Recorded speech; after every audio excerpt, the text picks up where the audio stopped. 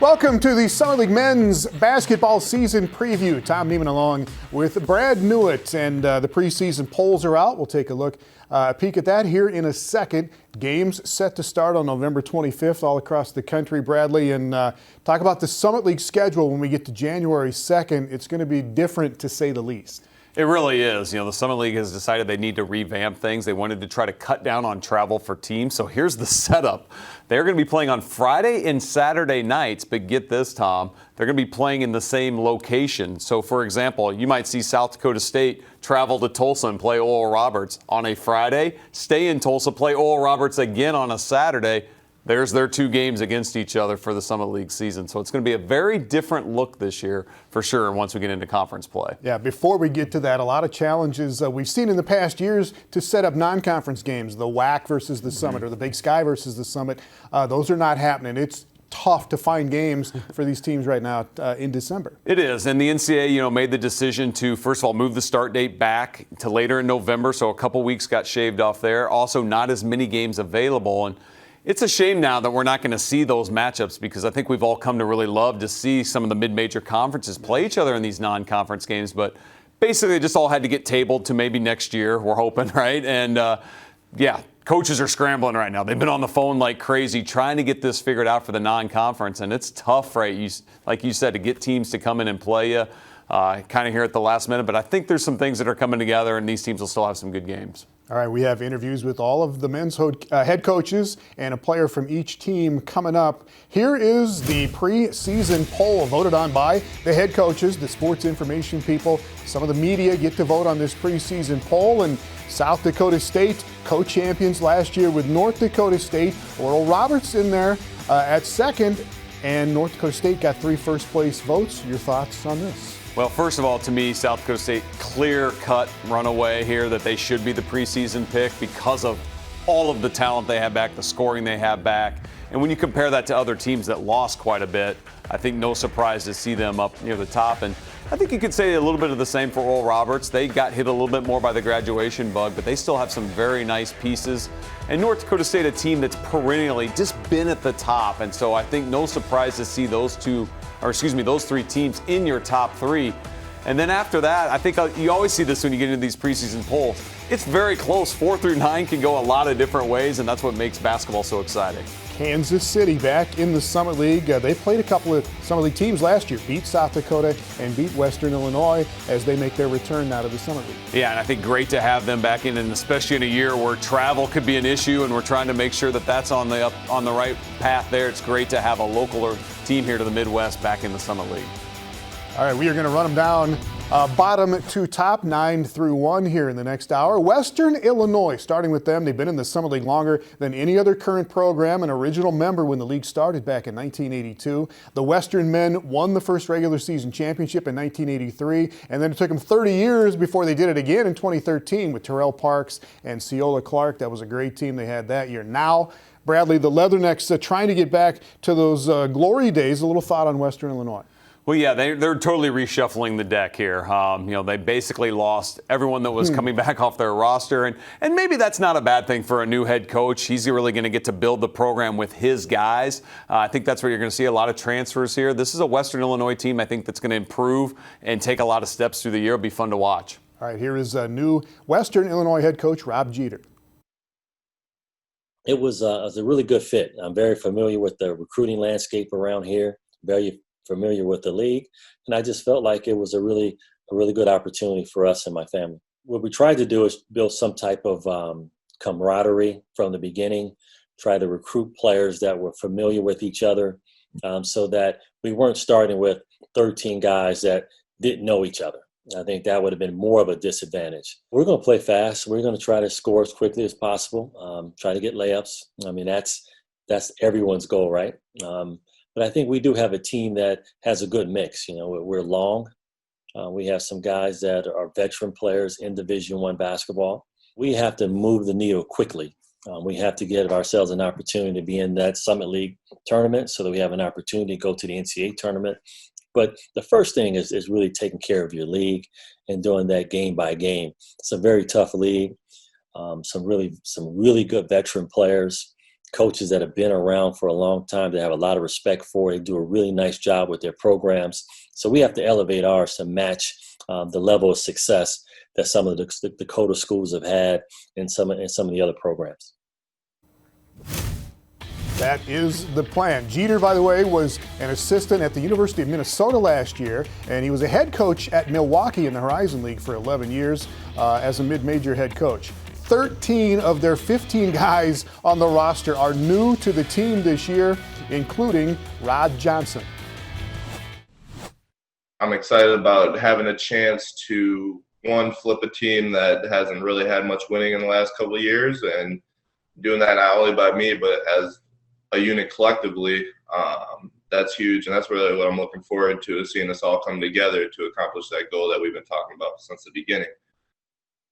Johnson is one of 8 transfers or JUCO guys that they have coming in this year. We don't know. They could be great this year. Who knows? Yeah, who knows? It depends how this team gels. One thing, though, that they've done is they brought some guys that are experienced guys that have played college basketball. I think that gives them a better chance to be successful here early on. All right, Denver is another team trying to make a move into the top half of the Summit League.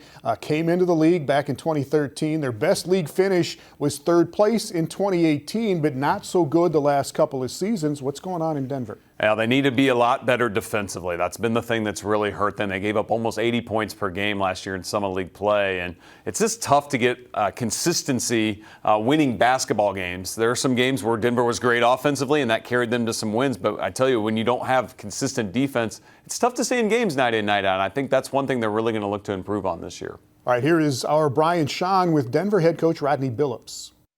Yeah, thanks, Tom. The Denver Pioneers had one of the youngest rosters, not only in the Summit League, but also in the country last season, with just 2 upperclassmen, one of them All-Summit League performer 𝗬𝗏 Murky. Rodney Billups, in his 5th year at the University of Denver, kind enough to spend some time with us. And Rodney, I think you knew you were going to have to go through some growing pains with some of these young guys as the season went on, but you saw them get a lot better, didn't you? Absolutely. You know, we did a full reset before last year, and we played with, out of our 13 scholarship players, 11 freshmen and sophomore, and all of them contributed. All of them had a huge input in what we were doing and what we were trying to go with our culture. And now I can breathe deep because we returned our core guys, with the exception to 𝗬𝗏 Murky. I like where we're going, and you know, it's easy to teach through some of the experiences that we had last year. So I'm happy where we are. Yeah, and development so critical in the offseason as well, really in any program, but especially mid-majors. How have you been able to manage that with this group, along with bringing in a new crop of freshmen as well? You know, it's been challenging because we really didn't have a spring or summer together. So it's been challenging, but yet mentally we've grown so much. Our guys' perspective is much greater, and the importance of every moment, because it can be snatched away with a positive COVID test. The importance of every moment has been the focus of where we're going with our culture. And 2 guys that I think you saw really get better, and you can tell they're going to be a force in this league in the future, is Robert Jones and Jace Townsend. How excited do you see those 2 guys elevate their game? Yeah, I'm extremely excited about Jace and Robert. You know, Jace at the end of the year was battling with some plantar fasciitis, and he slowed down, but still had a very effective conference tournament game. You know, Robert Jones runs the floor better than any big man in our league. He rebounds and he's active, and he's taken on a leadership role as a captain. Those 2 guys, along with Taylor Gatlin, are co-captains this year going into the season. So they'll be the nucleus of our team, and we're gonna ride their backs as far as we can. Yes, those are the 2 for DU. Townsend, still just a junior. He was 8th in the league in scoring last year. Robert Jones, just a sophomore, big guy, 6'10" from the Twin Cities, and he did look really good in the Summer League tournament last year. Here is Townsend on getting older and getting better. We went through tough battles last year. You know, we was in every game. It was close, mostly every game, close games. We had a young group, so we was immature and unexperienced. So I think carrying that over from last year to this year, I think it'll help a whole lot, and we'll be a whole lot better within those situations. And Bradley, they still only have one senior on the roster. Yeah. He's a grad transfer from the University of Colorado. As Coach said, they'll really miss 𝗬𝗲𝗏𝗂𝗧, who averaged about 18 a game last year, but there's a lot of unknowns for Denver going into this year. I think a big key for them is how well does their sophomore class grow up. They were freshmen last year. A lot of them got on the floor. There's 7 of them on this roster. And if they take big steps as a group, come along with a guy like Jace Townsend, they could really make some noise. They could make some steps. Again, though, I do think they got to improve defensively, though, if they want to really see that win total go up. All right, we shall see with Denver. Up next, though, Kansas City, the 𝗬𝗲 back in the Summit League this season. We will talk with head coach 𝗬𝗲𝗏𝗂𝗀𝗀 and his senior point guard Brandon Mckissick. And North Dakota, the Fighting Hawks, went all the way to the Summit League tournament title game last year. We'll hear from Paul Sather and 𝗬𝗲𝗏𝗂𝗀𝗀𝗀 on what is in store for UND.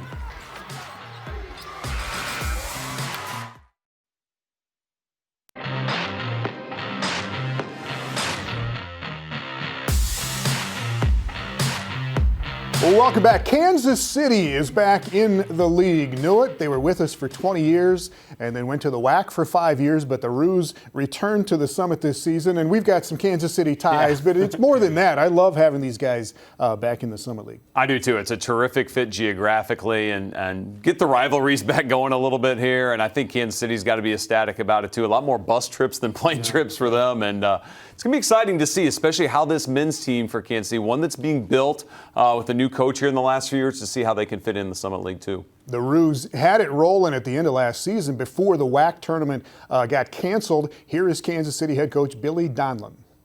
Talk about the end of last year and what you had going. Yeah, we were really excited. You know, we were 7-3, and one of those losses was in overtime on the road at Grand Canyon, where we kind of gave one away. We're up 6 with 2 to go, and then I started coaching, and we lost. So next time I'll make sure I don't start coaching. But we were playing really good basketball, and you know, the goal of I've been a mid-major guy basically my whole career, played mid-major basketball, other than the 3 years in the Big Ten. Because we're in a one-bid league. It's a great league. The Summit is a great league, incredibly well run, great coaches, great schemes, terrific players, but it's a one-bid league. And so your job as a coach is to make sure that your guys are playing their best basketball at the end of the season. And our players last year really bought into that, and we were doing that. So. And you talk about the leagues, the mid-major leagues. I mean, that's kind of the blessing and the curse of a one-bid league is it's one bid, but you've always got that chance every year to get to the NCAA tournament. Well, there's no question. You know, the tournament, and what I'm excited, the Summit League, I think is top 4 in tournament attendance. Really remarkable. So top 4 in the nation. That's going to be great for our guys. The atmosphere, I'm sure, is electric. But yeah, you know, crazy things can happen. You know, in over 3 days or 4 days in March to get to the postseason. You see it around all tournaments around the country, and I'm sure the Summit is no different. I think last year, if I'm not mistaken, the 1 and 2 seed were upset on the first day. So it sounds like it's a great tournament, and if you're not ready to play, you're going to get knocked out early. Is it tough?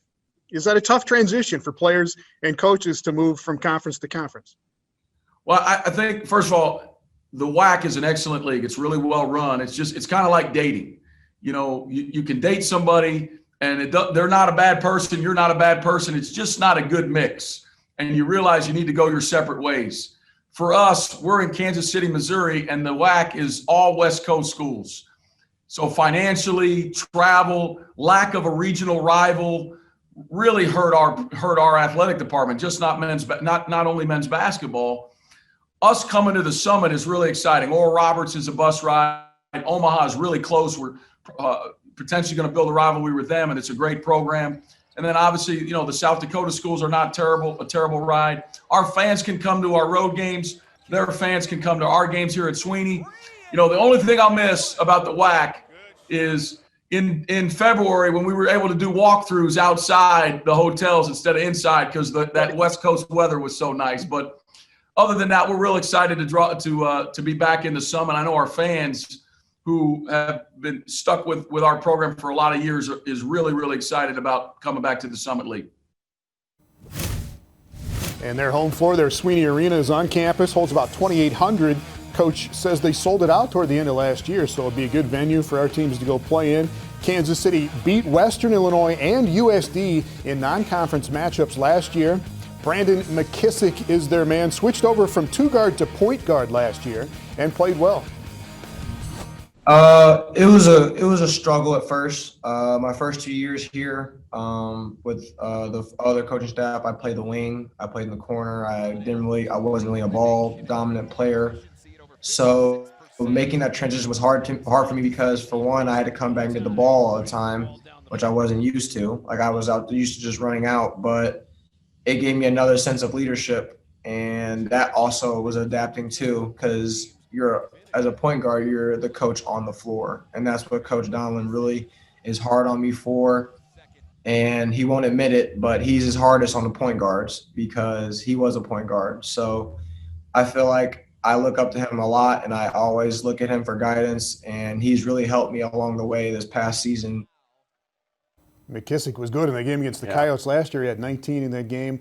They ended up 7th in the preseason poll, though. A lot of people don't know a lot about them, maybe, but I had them a little bit higher than that. That was a big-time win they had against USD last year on the road. And, yeah, I agree with you, Tom. I had them a little bit higher as well. This is a team that's got some good athleticism. I think the big question for Kansas City is, can they be consistent scoring the basketball? And you look at their games last year in the WAC, they had some struggles, but they were getting it rolling like Coach talked about there towards the end of the year and playing more consistently. Can they shoot the ball well enough? I think those are some question marks for this team heading into this year. And Sweeney Arena, you've been there. Yeah. What's it like as an arena? It's going to be a great place because the crowd's right on top of you. It's what you want. It's going to be a great road environment for road teams. I think players like that, when there's a little electricity in the gym, and I think you'll see that when you go to UMKC this year. All right. And Coach was off a little bit. Two of the top 3 seeds got beat in the tournament last year.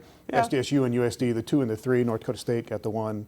But he had the right idea there. Yeah, March Madness. What a ride for the University of North Dakota. Just their second year in the Summer League last year. They go all the way to the Summer League Tournament Championship game. Talking about March Madness right there. And they rode it. And, what a great finish to the year for first-year head coach in Paul Sather. And a team I thought last year that just steadily got better, through the year and kept grinding at it. And it paid off for them in March. Put their best basketball together. And this is a team that they had some struggles defending throughout the year, but I thought in the Summer League tournament they got kind of really zeroed in at that. Got some great play out of some of their key leaders. And, boy, I tell you, they almost rode that all the way to the NCAA tournament. All right, here is head coach Paul Sather with our Alex Heinert. Thanks, Tom. Paul Sather, good to catch up with you. How has life been for you over the last couple of months with pandemic, getting ready for a season, finishing up your first year in Grand Forks? How's life? I think we're all trying to find ways to navigate this and make this, make the best out of what we have available. And we've been excited about the last 7 weeks, and we've had a chance to really kind of work and be together at least on the court, not so much off the court and away from it. We don't get to spend as much time with them that way. You're trying to get to know some guys, and they're trying to get to know you, and this is kind of just taking away those opportunities to go do things away from it. So that time on the court is important to kind of bond, learn each other, get to know each other. We got a lot of new guys, and so we got a lot of mistakes being made, and they just got to know that's okay. We're working here to get better. Day to day, week to week, we don't exactly know how it's going to play out. So let's just take advantage of this. If we got this day, then let's take advantage of it and make the best of it today. Yeah, you mentioned some of the new guys, 6 new faces on this team, including redshirt freshman Carlos Ramsey, who will make his first appearance for UND this season. That group, I'm sure, is going to be part of the solution to replacing our really talented senior core that has graduated, including the Summer League's leading scorer and assist man, Marlon Stewart. How do you plan on replacing that production of guys like Marlon, Billy Brown, Keenan Walter? What's the plan? Yeah, there's a couple guys that got a lot of minutes for us last year that we're going to lean on a lot, and that's Phillip and that's Deshang, and I think you can throw Brady Danielson in that mix as well. We're going to really lean on those guys a lot to kind of, hey, this is what we're about. This is how we need to go to work. This is kind of what our expectations are.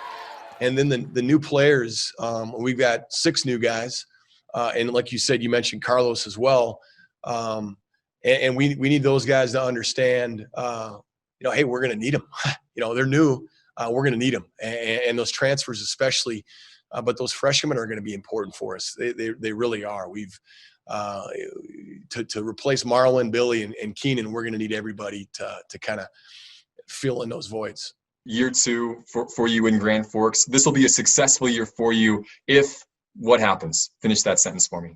We've just got to really have some big picture mentality of improvement, of getting better, of being a great team, and not let ups and downs or adversity or just sometimes not having it go your way, let it take away from what we're trying to do. Just keep grinding, keep fighting, keep scratching, clawing. When we're all pulling that same direction, it's amazing what you can achieve.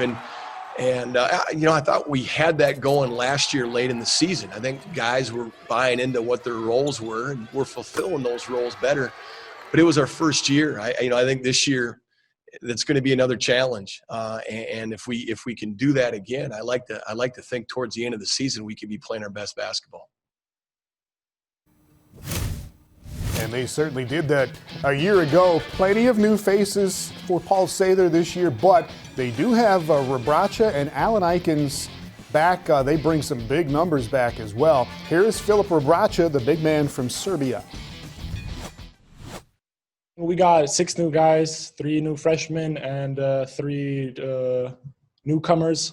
They have big shoes to fill because we had a lot of guys leave that were key players, and especially our 3 seniors.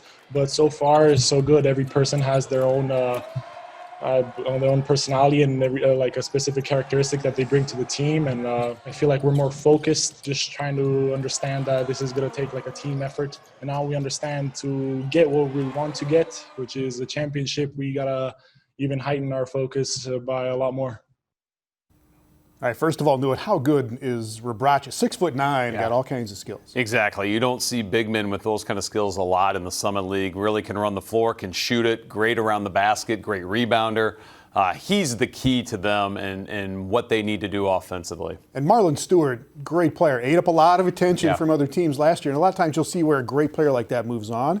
Teams kind of take over with other players, and that could be the case with UND. I think so. Stewart was a fantastic player, had the ball in his hands a lot, created his own shot. This is going to be a lot different offensive team this year for Paul Sather. They're going to have to rely on teamwork a lot more, moving the basketball. But I tell you what, if you go back and watch what Paul Sather did in his days at Northern State before he was at UND, that's exactly how he coached his teams. I think they're going to be terrific with that. All right, when we come back, we've got the Coyotes coming up. South Dakota got hit hard by graduation, but Stan the Man is back to lead a reload this year at USD.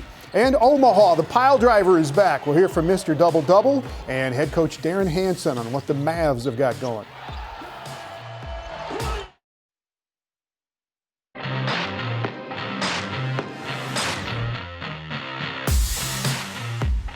Welcome back to the Summit League Men's Basketball Preview Show. Bradley, some teams get hit hard by graduation. South Dakota got clobbered. 5 of their top 6 players graduated and gone. Yeah, you look at how much scoring they lost. It's over 70% of their scoring, but probably more importantly, over 70% of their minutes played. So they just do not have a lot on this roster that's experienced playing under Todd Lee and his system. They brought in a lot of new guys. The big question, like a lot of teams that have to do this, is how well does that new crew gel with what they have coming back? All right, at the time we were shooting these interviews, South Dakota head coach Todd Lee was not available. So here is Jay Elson with USD assistant 𝗬𝗲𝗏𝗂𝗏𝗂𝗏𝗂𝗏. 𝗬𝗏𝗏𝗏𝗂𝗏, it's one of those things where you've got a whole bunch of new guys, 8 brand new players to this program. As you guys set out to build this team, knowing what you were going to have to replace, what were some of the priorities you had in putting it all together? Knowing we lost a lot of guys that play a lot of minutes, I think the biggest thing that we wanted to do was bring in guys that have college experience. We brought in 4 junior college players, and Mason Archibald, Xavier Fuller, Boogie Anderson, and DJ Dow, the guys that have played collegiately and have college experience that can help with our program with the guys that are returning and the guys that were sitting out. A lot of different faces for sure, but we like our group in the direction we're headed. Well, you mentioned that development, and that might actually be slowed a little bit just circumstantially based on the fact you guys are going to play a very minimal non-conference schedule this year. So what is the best way to work through that part of it, and have you figured that formula out just yet? Yeah, with everything going on, I don't know if we figured out that formula yet, but we're just doing our best whenever we can be on the floor with our guys to put them in the best position and get them better. Trying to engage with our guys over Zoom during the time we couldn't be on the floor, just getting to know them. And then obviously with everything going on in the world with the race issue, tension, of just communicating with our guys. So we've been able to develop our players off the court, which I think has brought a unique perspective to our team, a closeness to our team just because of what's going on in the world. that's kind of been a way we've been able to develop our players, right? So now that, the first day we were able to get on the floor, our guys felt a good sense of knowing who they are and getting a feel for each other because of how many times we spend on Zooms. And that first day was an excitement because everyone got to really realize how much they missed the game of basketball. For us coaches, being able to work with our guys not being able to play and compete, right? It's the first time probably everyone loved practice. All right, 20 wins overall last season for the Coyotes. Finished third in the league, but got steamrolled by North Dakota as the Fighting Hawks were making that run through the tournament. 𝗬𝗲𝗡 toyed with the idea of transferring before last season, but he stayed and he tore up the league. Here is Stan the Man. It's a little different because sometimes I say I feel like Red or I feel like Tristan or something, but I feel like being around those guys really helped me and set me up for being in the position I am now because they were just great leaders and stuff like that. I think just remembering how they were and how they carried themselves and how they led the team, and just using that. We've been having some really good practices, and I think we can keep that going. Our goal to have our best season possible and win as much games as possible, no matter what the circumstances is, new people, whatever. Our goal is to win every game. So we're going to start practicing with that mindset, and then hopefully it carries over to the games.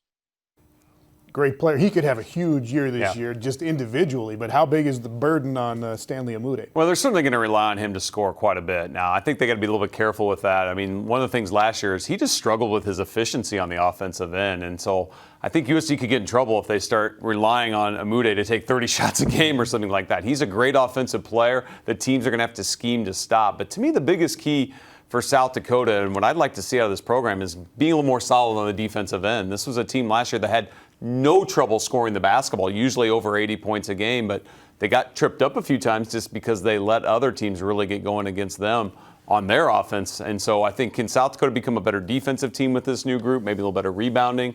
If they can, I think that would really help them in the Summit League overall. You're always harping on defense. Defense. All right, Omaha is going into its 9th season in the Summit League. They have been this close to winning the Summit League tournament a couple of times, but they've kind of been up and down in the standings over the years. But the Mavs usually have a ton of talent, Bradley.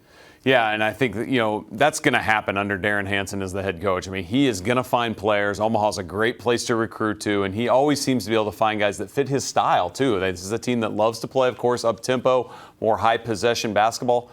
Maybe didn't do quite as much of that last year, but I think this is a team that one of the things they want to really try to get better at, too, again, is the way they like to play defensively is forcing turnovers and letting their defense create some offense. If they can get back to doing a little bit more of that, that would really help them, too, get a little easier buckets. They've got a great big man in Matt Pyle that they can play around in the inside as well. So this is a team that's really poised, I think, too, to be really near the top of the Summit League.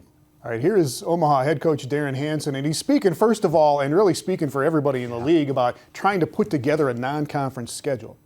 There's just so many unknowns, and everything is on the table. Where you can go, who you can play, who you can get to come to your place. It's like redoing everything. It takes you a year to build a non-conference schedule, and in about 4 days it got blown up, and now we're trying to rebuild it again in like 2 months. And it's just hard right now. So we're slowly putting some things in place. And we feel good about it, the things we have in place, but there's still more to be done. But it's just but everyone else is in the exact same boat. So it's not like we're at a disadvantage.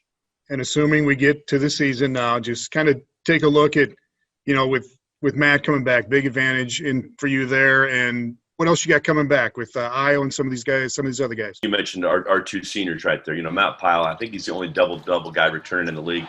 I know you talked a little bit of academics with him. For crying out loud, he's pre-med. He's a 3.97. He's a returning as a sophomore, third-team academic All-American. Last year, first-team academic All-American. He has a chance to be the All-Academic Player of the Year in the country. He has a chance for that. And like I said, 3.97. How in the world he got an A- once, I have no idea. What I always give him a hard time about that. But he's fantastic. He's come back just better and stronger, and he's leading our team. And you mentioned Io. He was, even though we only started about 4 or 5 games, he was 4th on our team in minutes because he's so steady. And the thing I like about Io is he's versatile, meaning I can put another point guard out there with him and they can play. And I think a tribute to those guys is late in games when you want 2 ball handlers to be able to handle the basketball, get fouled, make free throws, keep guys in front. he can do that with other point guards. And I think we're like 8-3 last year in games that were decided 5 points or less. And he's a big part of that because of his versatility. Marlon Ruffin was 6th man of the year. Had a really came on, as a junior college player, a 3-year guy, really came on second semester, averaged double digits, I think every single, or was in double digits every single conference game. Made a big run for us down the stretch and just played a big role for us. So between that and, Zach Thornhill came back at 8 or 9 points and 𝗏𝗂𝗃𝗃 comes back at 9 points. And we have good incoming players. And you lost some really good guards, but that's where Io can really shine this year. And, it's always – you never think you can replace guys, but you've had so many good players in the last 5 or 6 years, and it just keeps going, right? Yeah, for sure, right? JT Gibson and Kj Robinson, both 1,000-point guys, and JT was injured 1 year. She was a 5-year player for us, but was in our program for that long. But, those guys give us a lot of stability, and they hit some big shots for us last year late in games. There's no doubt about that. But as good as those guys were, they had to replace other guys that were good in front of them, who had to replace good guys in front of them. So we're in the same boat right now. We had 2 guys who we thought would be in our top 6 last year not play.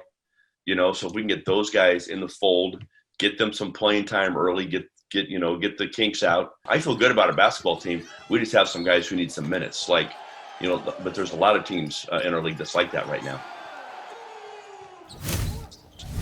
And the 2 guys he's talking about that he thought would play last year are Demarco Smith, a transfer from Kansas City, who just ended up not playing, and 𝗬𝗲𝗏𝗂𝗏 Robinson, who redshirted last year, but he expects those 2 guys to be in the mix. And they join those 2 seniors, 𝗬𝗏𝗏𝗏𝗃𝗏𝗏 and Matt Pyle. Got 3 starters, me, 1, and Zach, and then Io's played a ton of minutes. He's just going to be the other senior up there with me at the point. And then we got a couple new guys coming in. We got Marlon, 6th man of the year. He'll be big for us. And then we got a lot of new guys that not a lot of people know about that I think can really make an impact coming in. And I think it's just going to be big. We just have to mesh. We have a lot of talent returning and coming in. But it's just fitting all the personalities and everyone's roles, getting them figured out. And I think once we can do that, we'll be a great team. What about yourself? Anything change for you this year? Just be a madman on the boards? Yep, just looking to do the same thing, get my boards, get my double-double and get out. But, yeah, I'm trying to do the same thing I've been doing.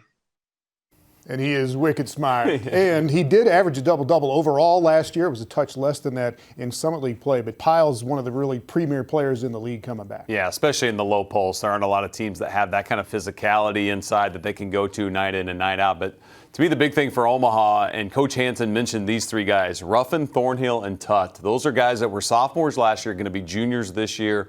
They were knocking on the door, all 3 of them, of being double-figure scorers. Can they become the next kind of wave of great talent offensively that Omaha has? We'll see. Yeah, and he talked about Ruffin, the 6th man of the year. He's not sure yet if he's going to keep him on the bench or make him a starter yet. They'll kind of work that out here before they get going.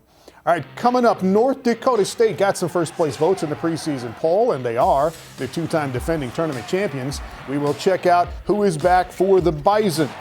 And an always talented team from Tulsa. High expectations again this year for Oral Roberts, Paul Mills, and Kevin O'Banner with a preview of the Golden Eagles.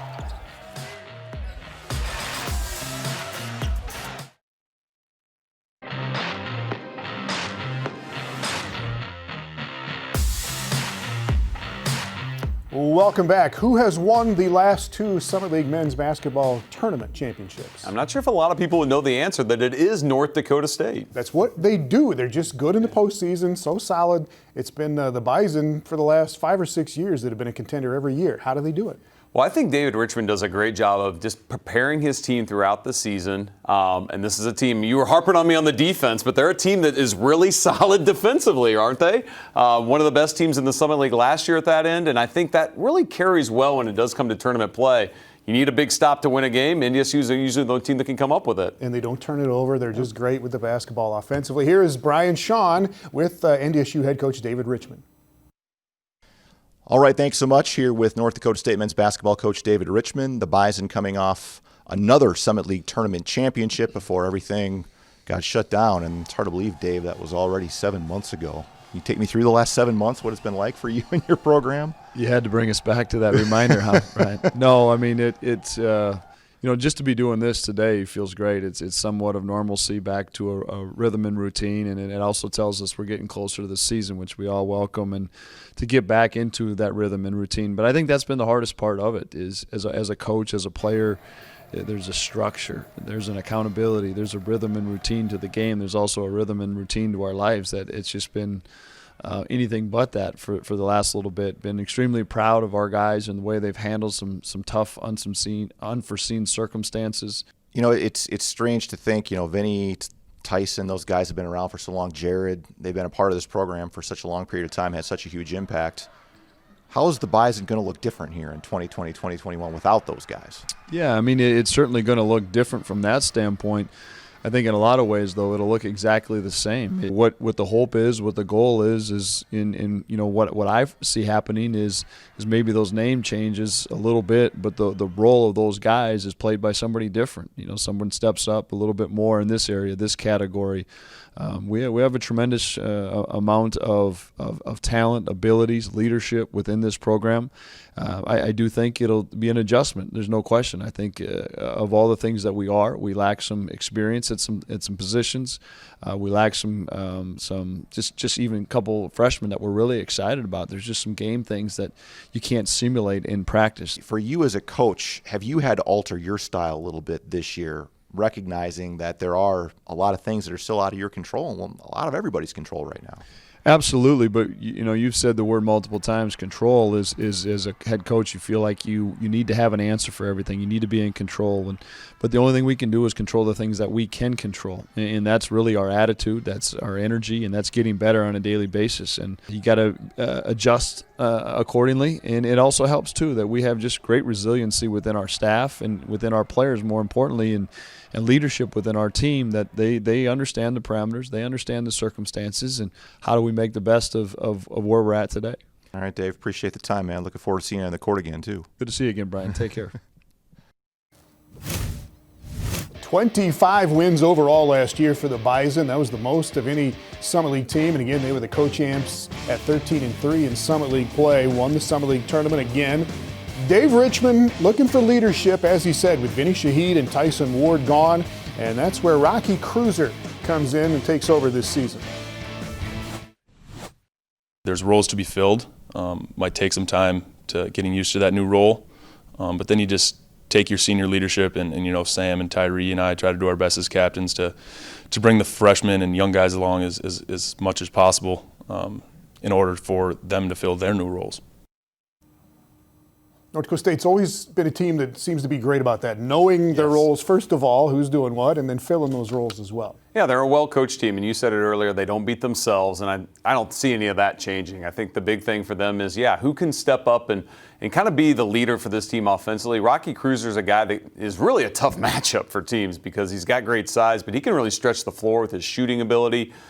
But a couple guys I'm really interested in, right? 𝗬𝗲and 𝗬𝗲𝗀𝗀, two guys, again, can they take the step here? They're going to be juniors this year. Can they take that next step and become go-to guys that this team can land, depend on night in, night out on that offensive end? And they've always seemed to have one real star, going back to Lawrence Alexander, guys like that, Shaheed and Ward last year. Do you have to have a guy like that? Do you see one maybe in one of these guys for the Bison?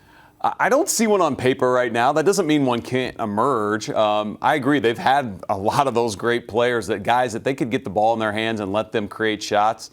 That might be the challenge for David Richmond this year. This team might have to manufacture more points from a team-oriented perspective than they have in recent years, at least. Never count out the Bison. They come in at number 3 in the preseason poll. And as much as North Dakota State and South Dakota State have been at the top of the Summit League in recent years, Oral Roberts was that dominant team in the league for a long stretch in the early 2000s. They were the regular season champs 5 times in an 8-year stretch from 2005 to 2012.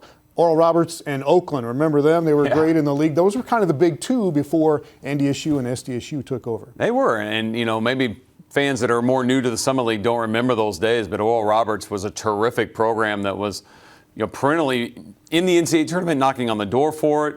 A couple of years ago, they even had chances, I think, to make the team as an at-large in the field of the NCAA. And Paul Mills is trying to get this program back there. And the way he's been able to recruit and the talent he's been able to bring into Tulsa, I think is trending in that direction. This is a team last year that could really, really score the basketball at a very high level, had lots of weapons around the floor offensively. I think you're going to see a lot of that again still this year. This is going to be a team that's really going to be difficult for other teams to slow down and defend. Yeah, they lost Emmanuel 𝗬𝗂𝗧 and DeAndre Burns, a couple of guys that could really score. But here is our David Brown with ORU head coach Paul Mills. Last season, you guys led the Summit League in offensive rebounding. You led the Summit League in scoring. You were actually top 10 in the country in scoring. What about your offensive system allows guys to have success near the basket? Well, good players. We had Emmanuel 𝗬𝗂𝗧, who was good around the rim. You had Kevin O'Banner, who was good around the rim. The closer you can get to the basket, your offensive efficiency goes up. And it may not necessarily be score, it may be kickouts. But the more you can draw defenses in, whether it be off of a post touch, and I thought North Dakota State did a marvelous job of that with Tyson Ward and being able to throw down there and his ability to pass. But I do think that we have really good players and we want to get them touches in areas of strength. Who among the new guys for this season are you really looking forward to seeing out on the court, really looking forward to contributing for you guys this season? Yeah, thank you for asking that question, number one, because we have some guys that are I'm excited about. Kareem Thompson is a 6'6" player from a junior college in Mississippi, played high school ball in Alabama. But I can't wait for everybody to see Kareem. Kareem is a do-it-all 6'6" point guard, can shoot, can pass, is a great teammate. And so I've been really impressed with him. Now that this is your fourth year at Oral Roberts, not that you didn't before, but do you really feel like, this has the Paul Mills stamp? This is the way you want to play. This is the way you guys want to establish a culture. Well, David, you've seen me. I'm not that big. And so when you're 5'0", you usually get into basketball because you really love it. And I loved it. And so I just want to surround myself, and our staff does, with guys who really love basketball. And I've got little man syndrome. And so I try to be as competitive as possible. So if you love basketball and you're competitive, like my heart's pumping in my chest because I like you so much. And we have a team of those guys. We have a group of guys who love basketball and they love to compete. Yes, and you got to love some Paul Mills. Loves the game again. His fourth year there, and they were 17-14 overall last year. Got into the tournament, beat Omaha, and then lost to the eventual tournament champions, the Bison. But looking forward to seeing Keenan Thompson, as he said, join Kevin O'Banner and Max Asmus, who was great last year as a freshman. Here is O'Banner, who has a little axe to grind going into his junior season. I had a chip on my shoulder. I started to realize after I had no votes in just any of the first team, second team. So I've used that as fuel, and I've been doing that this off season. So we shall see, what this season has in store for us. I feel like we have a lot of talent, a lot of things that, for benefits. We got a lot of shooters on our team. I feel like we just have to keep on growing, taking it day by day, and, the future will be very bright. O'Banner's been a little up and down in his first 2 years, but with 𝗬𝗂𝗧 gone, does that open it up even more for Kevin O'Banner? Oh, definitely, yeah. I think he's going to be their go-to guy and just a terrific scorer and athlete. I think they're definitely going to play through him. I'm going to give you another guy to watch out for. Deshang Weaver sat out last year, but his freshman year, Tom, hit 77 three-point shots. That kid can really shoot it too, 6'8". Oral Roberts always seems to have lots of size, and that's no different this year.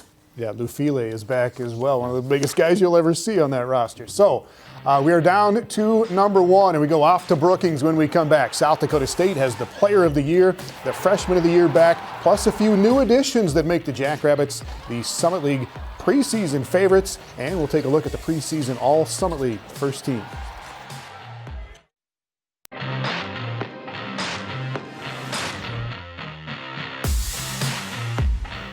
Well, welcome back. The preseason pick to win the Summit League Men's Regular Season Championship is South Dakota State this year. The Jacks bring back the Player of the Year, the Freshman of the Year, and they've added a few new pieces as well, Bradley. Yeah, I mean, this is a team, when you look at what they bring back, there's no one else in the Summit League that can compare to what Eric Henderson has coming back on his roster. And, of course, it all starts with Douglas Wilson. You get the Player of the Year back. That doesn't happen very often in college basketball. A lot of times the Player of the Year is a senior, but Wilson back and just such a tough matchup for teams with his size and athleticism. The Jackrabbits are optimistic but realistic. Talking about the expectations, here is head coach Eric Henderson.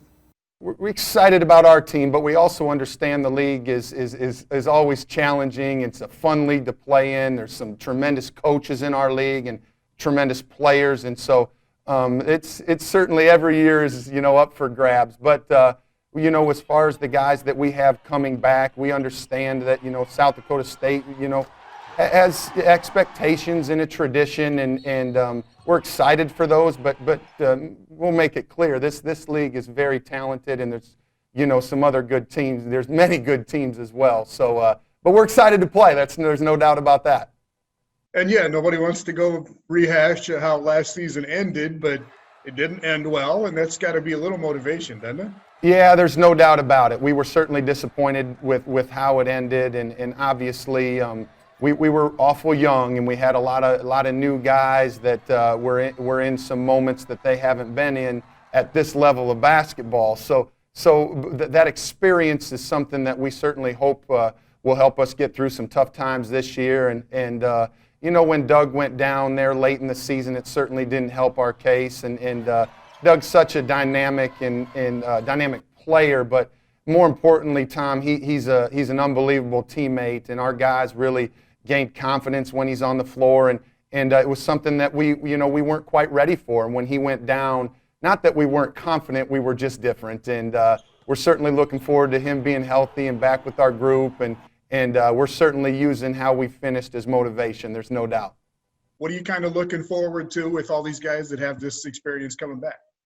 Yeah, we're certainly not blowing things up. That's for darn sure. We liked what we were doing, especially when we were healthy at the end of the year. We thought we were playing great when we were at full strength and getting better every single game.